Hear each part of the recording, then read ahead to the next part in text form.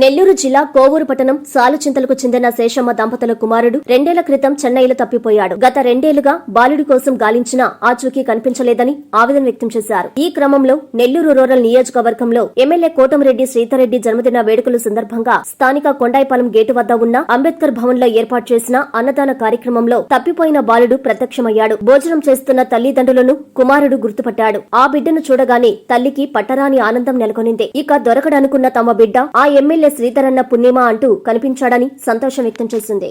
మా బాబు చెన్నాలో దొరికిపోయారు.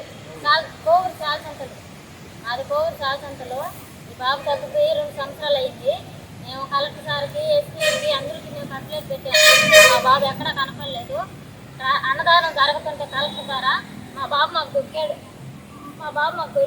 మాకు సంతోషంగా ఉంది. మేము ఆధార్ కార్డులన్నీ చేర్చుకున్నట్టున్నాం. రోడ్డు మీద పోతా ఉంటే ఇక్కడ ఎమ్మెల్యేది అన్నదానం కార్యక్రమం చేస్తుంటే వచ్చాము. దానివల్ల మాకు మా బాబు కనిపించాడు. ఇక్కడ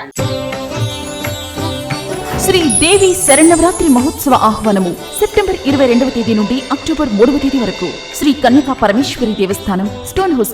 అక్టోబర్ 2వ తేదీ విజయదశమి సెమీ పూజ సాయంత్రం 7 గంటలకు నగరోత్సవము. అక్టోబర్ 3వ తేదీ వసంతోత్సవము సాయంత్రం 6 గంటలకు దర్బారు అలంకారము. ప్రతిరోజు సాయంత్రం సాంస్కృతిక కార్యక్రమాలు కలవు. ఈ ఉత్సవములలో భక్తులందరూ పాల్గొని అమ్మవారిని దర్శించి తీర్థ ప్రసాదములు స్వీకరించవలసినదిగా కోరుచున్నాము. ఇట్లు శ్రీ వాసవి కన్యకా పరమేశ్వరి దేవస్థానం ఆలయ ధర్మకర్తల మండలి నెల్లూరు.